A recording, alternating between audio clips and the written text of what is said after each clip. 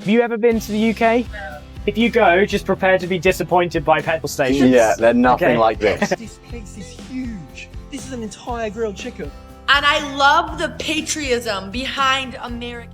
For years, many Europeans dismissed everyday American life as oversized, wasteful, and unnecessarily convenient. Yet, after spending weeks living in the United States, some returned home with an unexpected problem. A man reaches for a free refill that no longer exists. A family spends another sleepless summer night in a warm apartment. Someone walks into a pharmacy only to discover the simple conveniences they had grown used to are suddenly gone. The cruel irony is that these weren't the famous attractions they came to see. They were ordinary routines many visitors barely noticed until they disappeared. Somewhere between criticizing American habits and living with them every day, those same habits quietly became part of their own expectations. It turns out that the most powerful culture shocks aren't always loud or dramatic. Sometimes they arrive through the smallest moments of everyday life, changing the way people think without them even realizing it, until they return home and everything feels just a little different. Today, we're uncovering 6 everyday American habits that caught European visitors completely off guard, and why some discovered they missed those ordinary routines far more than they ever expected. Guys, you know something so cool about Americans is that they'll smile at you for no reason. Like you'll be walking like this and they'll come and say, "Hey, how's your day going?" Like they will smile. And you know at the beginning you're like, "Wait, who are you? Like, do I know you? Did we go to school together?" And like after a while you start doing it too because it's just so contagious. It's just so good. It's small things, but it makes everyone happier, you know? Like look. Hey, how's it going? Good, thank you. Guys, I showed you one example. It's like this every day, 100 times. I abuse about it. I do it like too often, to be honest. No, man, I love this. Now I'm telling you, after living here for a while, it's probably one of my favorite things. For many European visitors, the first thing that changes their impression of America isn't a famous skyline or a world-class attraction. It happens in moments so ordinary that most Americans barely notice them. A stranger starts a conversation while they wait for coffee. A cashier asks where they're visiting from before recommending a local restaurant. Someone holds the door open, smiles, and wishes them a great day without expecting anything in return. Individually, these moments seem insignificant. Together, they create an atmosphere that many visitors find impossible to ignore. What surprises them isn't simply that Americans are willing to speak with strangers, it's the ease with which those conversations happen. In much of the United States, a few friendly words are less about starting a relationship than about making shared spaces feel more welcoming. Over generations, small talk has become part of everyday social life, a quiet reminder that acknowledging another person, even for a few seconds, can make an ordinary day feel a little warmer. For many Europeans, the contrast is immediate. In many parts of Europe, politeness is often expressed through discretion rather than conversation. People respect one another by preserving personal space, keeping cues quiet, and allowing strangers to go about their day uninterrupted. Neither tradition is more civilized than the other. They simply reveal 2 different ideas of what courtesy looks like, shaped by different histories and different social expectations. Yet culture has a remarkable way of changing people without asking for permission. After a week in America, many visitors notice themselves smiling more often, thanking strangers more naturally, and exchanging brief conversations that would have felt unusual only days earlier. The change is so gradual that they rarely recognize it until they return home and discover they missed something they never expected to value. It isn't the conversation itself they miss. It's the feeling those conversations quietly created, a sense that even the smallest interactions could make a city feel more welcoming and everyday life just a little more human. Perhaps that is why this habit stays with so many travelers long after the vacation ends. Landmarks eventually become photographs, souvenirs are packed away, and itineraries fade from memory. But the memory of feeling genuinely welcomed in ordinary moments often lasts much longer. Through the eyes of millions of visitors, Americans don't simply stand out because they talk to strangers. They stand out because they have turned one of the simplest human gestures into an everyday part of their culture. And if a few casual words could leave such a lasting impression, the next everyday American habit surprised European visitors in an entirely different way. This time, it wasn't about people at all. It was about something sitting on the table at almost every restaurant, quietly changing what they came to expect from every meal. As a Brit who has lived in the US now for going on 11 years, watching everyone descend upon this country for the World Cup is absolutely hilarious. Like, it's almost like we're being discovered for the first time. Like, people's reactions to stuff is so funny. Free refills, the bread rolls at Texas Roadhouse, Waffle House, P.F. Chang's I saw someone obsessing over. Like, it's like the fact that you can't walk anywhere. This has me in stitches. It's actually hilarious. Drinks, iced tea, or coffee have become such a familiar part of casual dining that they blend into the background. Servers refill glasses almost instinctively, not because they're offering a special promotion, but because keeping guests comfortable has long been woven into the dining experience itself.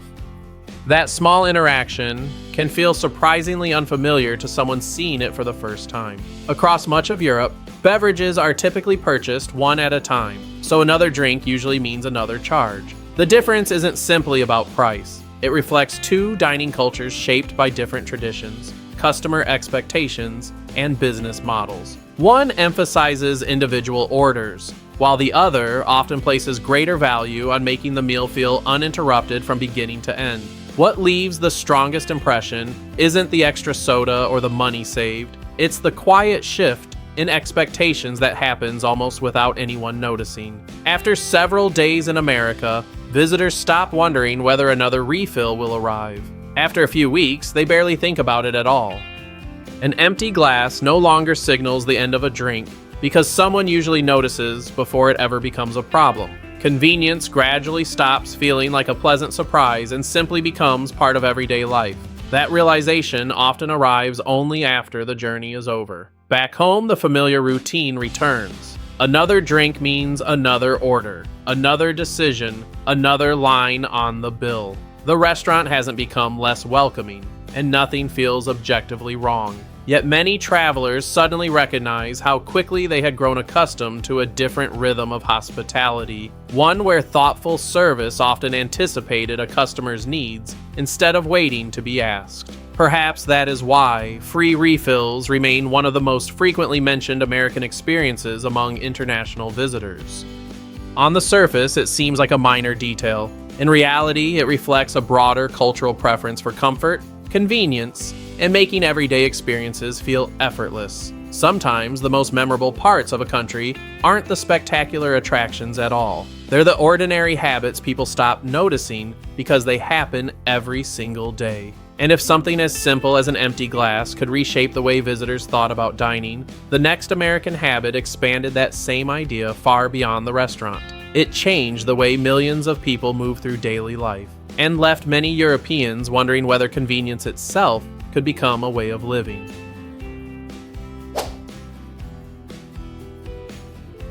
For many European visitors, the biggest surprise isn't that Americans own cars. It's how completely driving shapes everyday life. Within days of arriving, they notice the same pattern everywhere.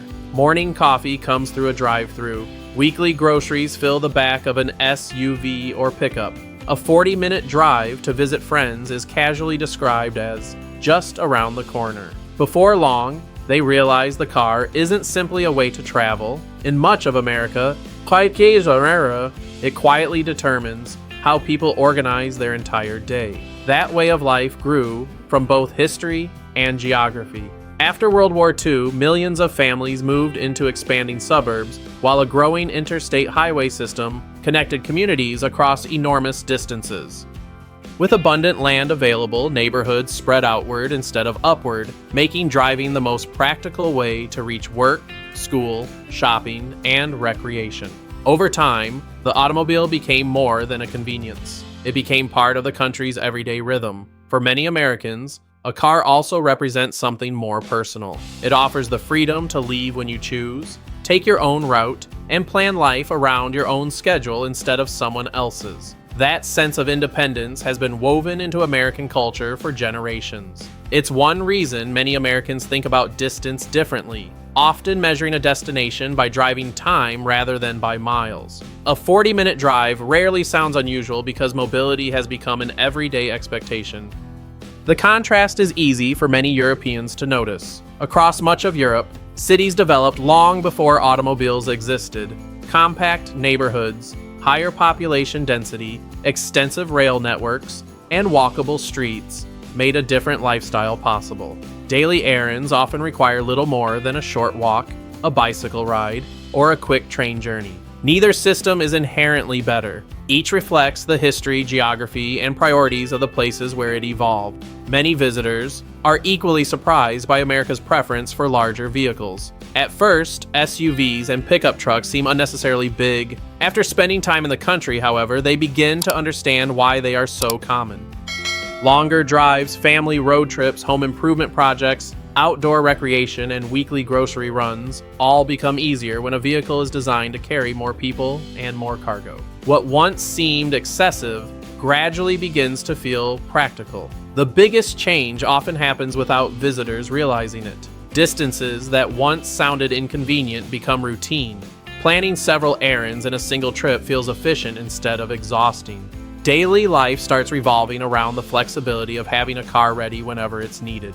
Only after returning home do many recognize how much that experience reshaped their expectations. Perhaps that is why America's driving culture leaves such a lasting impression. It isn't simply about bigger highways or larger vehicles.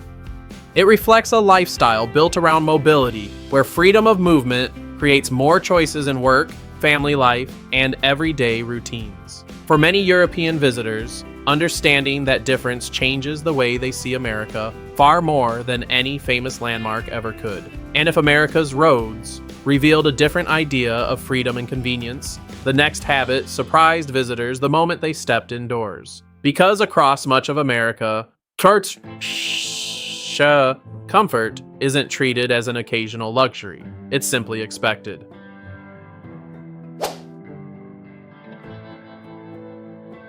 Some countries adapt their daily routines to the weather. America often adapts its buildings instead. That difference surprises many European visitors more than they expect. During their first days in the United States, they begin noticing the same pattern everywhere they go. The summer heat can feel relentless outside, but the moment they step into a grocery store, coffee shop, hotel, doctor's office, or neighborhood restaurant, the temperature changes almost instantly. Before long, they realize this isn't something reserved for luxury hotels or modern office towers. Comfortable indoor spaces are simply part of everyday life.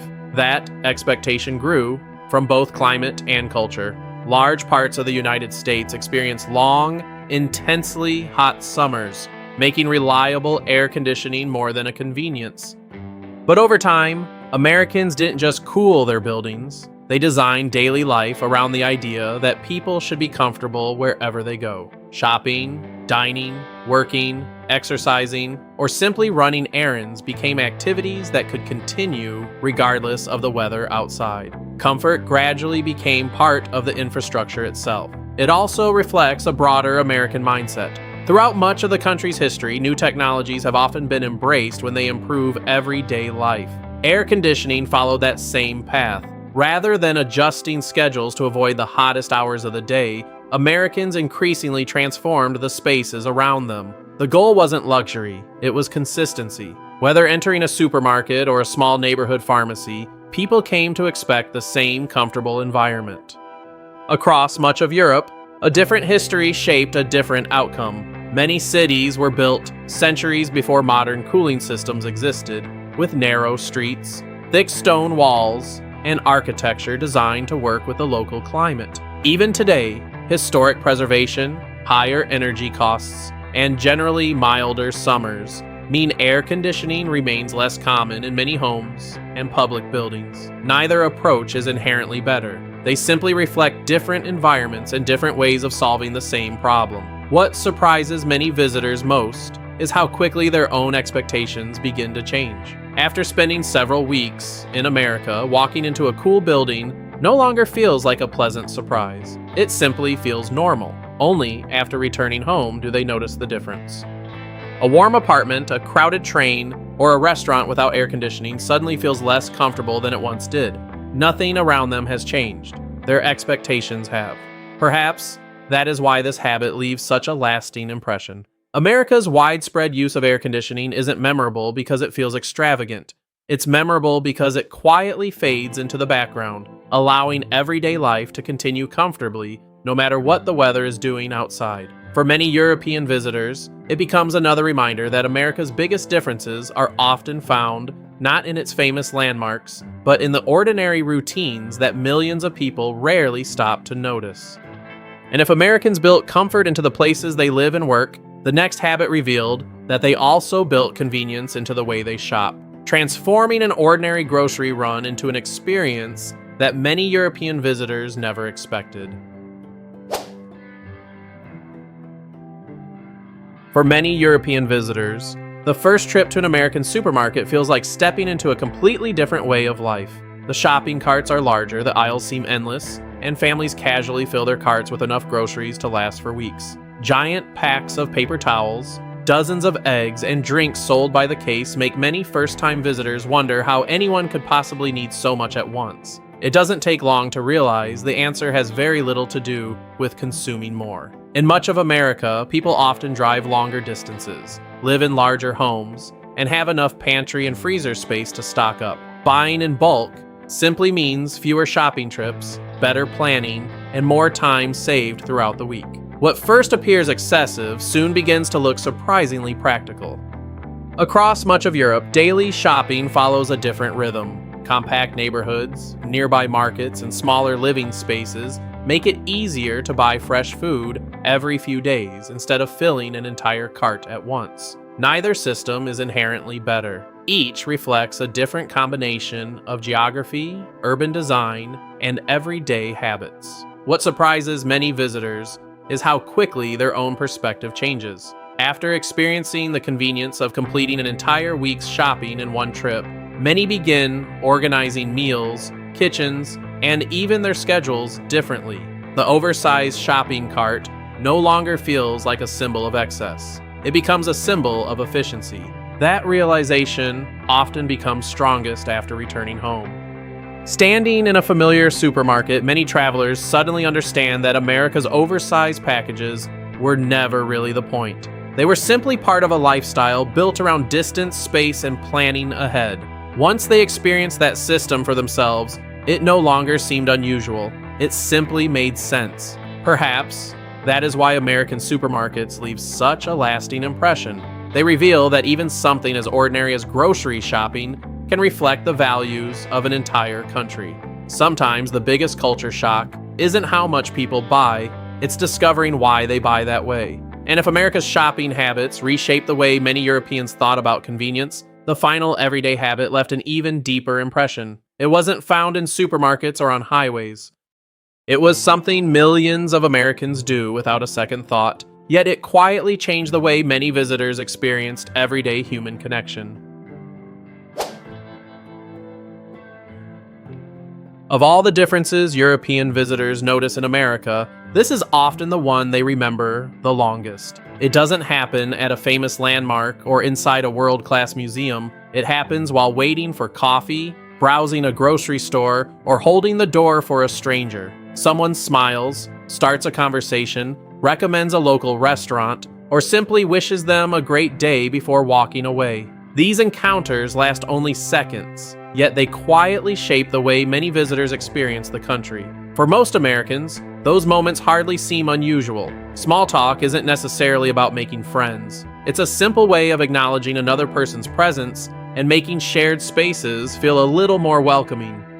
Over time, that habit has become part of everyday life, creating an atmosphere many Americans rarely notice because they've lived with it for so long. The contrast becomes especially clear for many Europeans. In much of Europe, courtesy is often expressed through privacy rather than conversation. Quiet queues, silent train rides, and brief eye contact are perfectly normal. America simply follows a different social rhythm, where a compliment, a joke, or a friendly question can transform an ordinary moment into a pleasant interaction. What surprises many visitors most is how naturally they begin adapting. After a few days, smiling back becomes effortless. Brief conversations with cashiers, neighbors, or rideshare drivers no longer feel unusual. Only after returning home do many realize they missed something they never expected to value. Not the conversations themselves, but the welcoming atmosphere those small interactions quietly created. Perhaps that is why this habit leaves such a lasting impression. America's greatest culture shock isn't always found in its skyscrapers, highways, or giant supermarkets. Sometimes it's revealed in the smallest moments, where ordinary kindness becomes part of everyday life. Through the eyes of millions of visitors, those everyday habits reveal something Americans themselves can easily overlook. A culture isn't defined only by its famous places, but by the countless ordinary interactions that make people feel welcome. If there's one lesson many travelers take home, it's that the smallest habits often leave the deepest memories. So which of these everyday American habits surprised you the most? Let us know in the comments. And if you enjoy exploring the cultural differences that make countries unique, don't forget to subscribe for more stories from around the world.